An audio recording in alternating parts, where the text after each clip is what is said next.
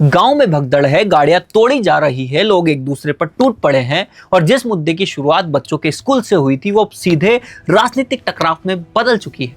एक तरफ ग्रामीणों का गुस्सा है, दूसरी तरफ सीजेपी के आशुतोष रांका का आरोप है कि उनके साथ मारपीट हुई और उनके काफिले पर हमला किया गया। और अब बीजेपी विधायक क्या कहते हैं? उनका कहना है कि सीजेपी की टीम गांव का माहौल खराब करने आई थी।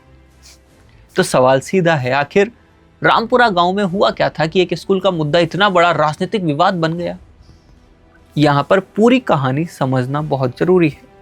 विवाद की शुरुआत गांव के एक स्कूल से हुई थी। आरोप था कि स्कूल की बिल्डिंग बच्चों के लिए कतई सुरक्षित नहीं है।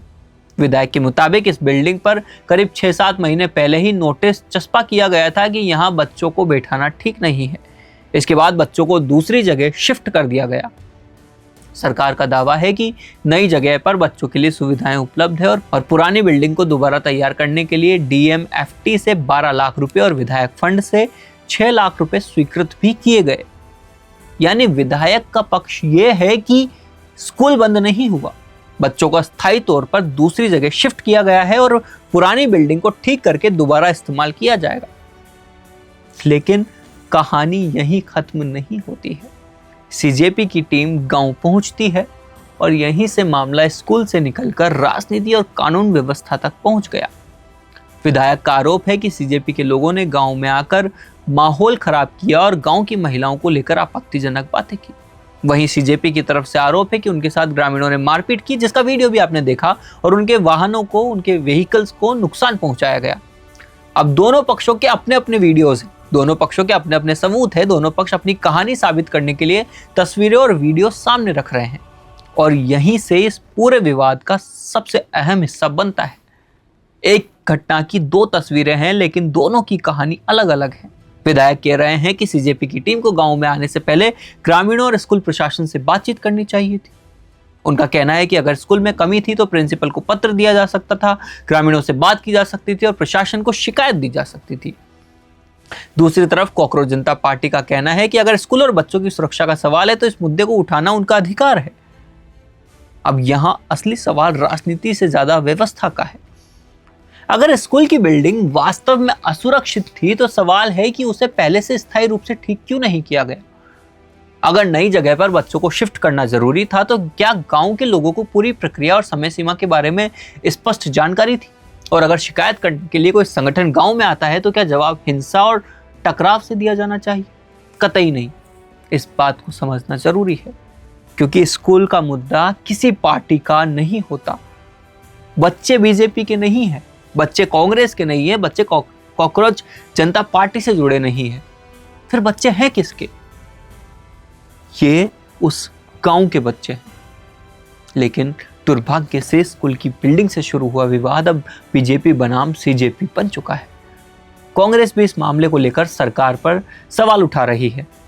विधानसभा में टीकाराम जूली और गोविंद सिंह डोटासरा ने भी इस घटना को लेकर सरकार को घेरा। वहीं विधायक ने पलटवार करते हुए कहा कि कांग्रेस नेताओं को तस्वीरों में मौजूद लोगों की पहचान भी देखनी चाहिए। यानी अब मामला सिर्फ स्कूल का नहीं रह जाता। कौन गांव में आया था, कौन किसके साथ था, किसने किसे मारा और किसने किसका वीडियो डिलीट किया, राजनीति इन सवालों में उलझ गई है। और इसी बीच सीजेपी ने 48 घंटे का अल्टीमेटम भी दे दिया था। उनकी मांग है कि जिन लोगों पर मारपीट का आरोप है उन्हें गिरफ्तार किया जाए और स्कूल में काम शुरू किया जाए। और विधायक क्या बोलते हैं? इसे ब्लैकमेल बोलते हैं भाई साहब। लेकिन यहाँ एक बात बिल्कुल साफ होनी चाहिए कि अगर किसी के साथ मारपीट हुई है तो उसकी जांच होनी चाहिए। अगर किसी ने ग्रामीणों के साथ गलत व्यवहार किया है तो उसकी भी जांच होनी चाहिए। मैं एक तरफ की बात नहीं करता। अगर स्कूल असुरक्षित है तो उसे सुरक्षित करना किसकी जिम्मेदारी है? मेरी, आपकी, सरकार की। और अगर स्कूल को लेकर गलत जानकारी फैलाई गई तो उसका सच भी सबके सामने आना चाहिए। यानी फैसला वीडियो की राजनीति से नहीं, निष्पक्ष जांच से होगा। क्योंकि इस पूरे विवाद में सबसे ज्यादा नुकसान किसका हो रहा है? राजनीतिक दलों का हो रहा है, कांग्रेस का हो रहा है, बीजेपी का हो रहा है, या किसी नेता का नुकसान हो रहा है? नुकसान उन बच्चों का है जिनका स्कूल आज भी अस्थायी व्यवस्था में चल रहा है। इसलिए रामपुरा की इस घटना को सिर्फ बीजेपी बनाम सीजेपी की लड़ाई के तौर पर देखना बहुत आसान है, लेकिन असली सवाल उससे कहीं बड़ा है। क्या राजस्थान में बच्चों की शिक्षा और गांव की बुनियादी सुविधाओं के सवाल अब राजनीति के इतने बड़े अखाड़े बन चुके हैं कि समाधान से पहले टकराव शुरू हो जाए? अगर स्कूल सुरक्षित है तो सरकार को तस्वीर साफ करनी चाहिए, अगर स्कूल असुरक्षित है तो उसे जल्द से जल्द ठीक करवाना चाहिए। हमारे कहने का इंतजार नहीं होना चाहिए। और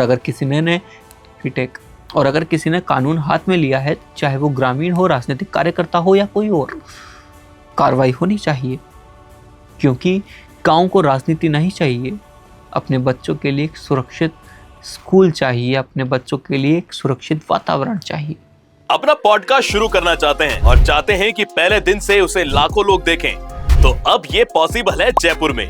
जयपुर का सबसे तेजी से बढ़ता हुआ digital news channel the fact India आपके पॉडकास्ट को वर्ल्ड क्लास बनाने के लिए जयपुर के बीचों बीच श्यामनगर में लाया है world class podcast setup, green screen setup, उसे शूट करने के लिए best state of the art facilities, editor से लेके लाखों फॉलोअर्स और करोड़ों वाली रील्स वाला यूट्यूब चैनल, और ये सब आपको एक ही जगह पर मिलने वाला है। तो पूरी जानकारी के लिए आज ही व्हाट्सएप कीजिए इस नंबर पर।